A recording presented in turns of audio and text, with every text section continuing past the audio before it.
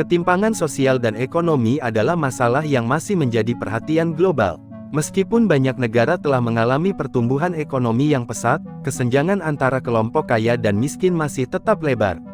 Di banyak negara berkembang, akses terhadap layanan dasar seperti pendidikan, kesehatan, dan teknologi masih terbatas bagi masyarakat berpenghasilan rendah. Faktor-faktor seperti kebijakan ekonomi yang tidak merata, sistem perpajakan yang tidak adil, serta diskriminasi gender dan rasial turut memperparah ketimpangan ini. Brasil adalah salah satu contoh negara dengan tingkat ketimpangan yang sangat tinggi. Sebagai negara dengan ekonomi terbesar di Amerika Latin, Brasil memiliki potensi besar untuk mencapai kemakmuran yang lebih merata. Namun, kenyataannya, distribusi kekayaan di Brasil masih sangat timpang. Menurut laporan Oxfam tahun 2024, sekelompok kecil elit menguasai sebagian besar kekayaan negara, sementara jutaan orang masih hidup dalam kemiskinan.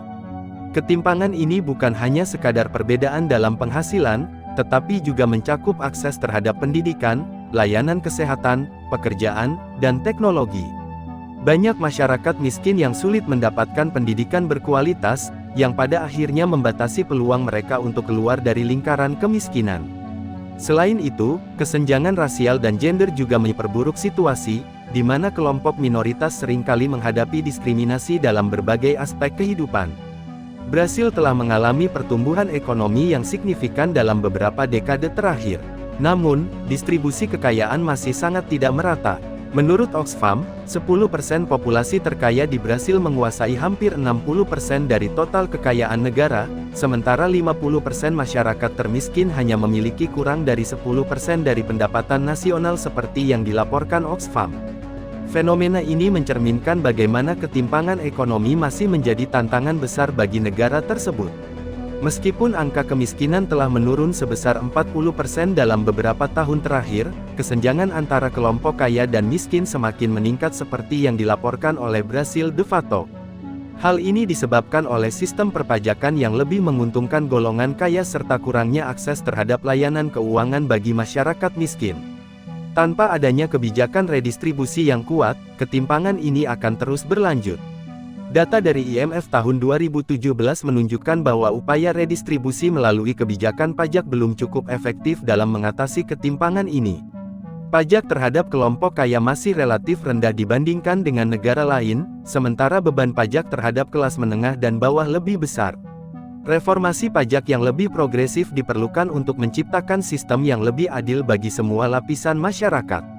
Program sosial seperti Bolsa Familia dan Auxílio Brasil telah memainkan peran penting dalam mengurangi angka kemiskinan di Brasil. Studi yang dilakukan oleh World Bank tahun 2006 menunjukkan bahwa program tersebut berhasil mengangkat jutaan warga Brasil keluar dari garis kemiskinan. Dengan memberikan bantuan langsung kepada keluarga miskin, program ini membantu meningkatkan daya beli dan kualitas hidup mereka. Selain itu, kebijakan ketenagakerjaan yang lebih inklusif dan peningkatan akses ke pekerjaan formal juga turut serta dalam meningkatkan kesejahteraan masyarakat miskin seperti yang ditulis oleh Brazil Reports. Program ini tidak hanya memberikan bantuan finansial tetapi juga menyediakan pelatihan kerja bagi masyarakat kurang mampu, sehingga mereka memiliki peluang lebih besar untuk memperoleh pekerjaan dengan gaji layak. Namun, meskipun ada dampak positif dari program ini, efektivitasnya masih terbatas oleh korupsi dan birokrasi yang menghambat distribusi bantuan. Beberapa laporan mengindikasikan bahwa dana bantuan seringkali tidak sampai kepada penerima yang seharusnya, sehingga perlu adanya pengawasan yang lebih ketat dalam implementasi program sosial ini agar manfaatnya dapat dirasakan secara maksimal. Ketimpangan di Brasil tidak hanya terjadi dalam distribusi pendapatan tetapi juga dalam aspek gender dan ras. Laporan dari International Labour Organization (ILO) tahun 2004, menyoroti bahwa kesenjangan upah gender masih menjadi masalah utama, dengan perempuan mendapatkan gaji lebih rendah dibandingkan laki-laki dalam pekerjaan yang sama. Hal ini mencerminkan adanya bias struktural yang masih terjadi dalam dunia kerja di Brasil. Selain itu, penelitian dari America's Quarterly tahun 2024 mengungkapkan bahwa ketimpangan rasial juga menjadi faktor yang memperburuk ketidakadilan sosial, di mana populasi Afro-Brasil mengalami tingkat kemiskinan yang lebih tinggi dibandingkan dengan kelompok etnis lainnya. Diskriminasi dalam akses pendidikan dan pekerjaan menjadi faktor utama yang memperburuk kesenjangan ini. Untuk mengatasi ketimpangan ini, pemerintah Brasil perlu menerapkan kebijakan afirmatif yang lebih kuat dalam sektor ketenagakerjaan dan pendidikan. Program beasiswa bagi kelompok minoritas, kebijakan pengupahan yang adil, serta perlindungan hukum terhadap diskriminasi dapat menjadi langkah awal untuk menciptakan sistem yang lebih setara bagi semua kelompok masyarakat. Perbedaan dalam akses terhadap teknologi dan internet juga menjadi faktor penting dalam mempertahankan ketimpangan sosial di Brasil. Laporan dari World Bank tahun 2024 menunjukkan bahwa masyarakat dengan pendapatan rendah memiliki akses yang lebih terbatas terhadap internet dan teknologi digital, yang berkontribusi pada kesenjangan dalam peluang pendidikan dan pekerjaan. Dalam era digital saat ini, akses terhadap teknologi menjadi kebutuhan dasar untuk meningkatkan kualitas hidup masyarakat. Tanpa akses terhadap teknologi, masyarakat miskin akan semakin tertinggal dalam kompetisi global. Pendidikan berbasis digital dan peluang kerja yang mengandalkan teknologi informasi semakin berkembang, tetapi hanya segelintir orang yang memiliki akses untuk memanfaatkannya.